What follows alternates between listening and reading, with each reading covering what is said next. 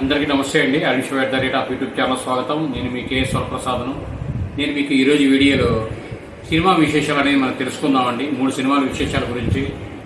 హైదరాబాద్లోని శిల్పకళా వేదికలో ఈ నెల 21న పవర్ స్టార్ పవన్ కళ్యాణ్ గారి Harihara Veeramallu cinema release free release event అనేది ఈ నెల 24న సినిమా అనేది రాబోతుందండి. ఈ నెల 21వ తారీఖున ఫ్రీ రిలీజ్ ఈవెంట్ అనేది జరుగుతుంది.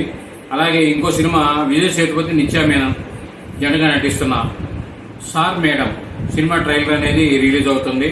25న థియేటర్లోకి మూవీ రిలీజ్ అవుతుంది.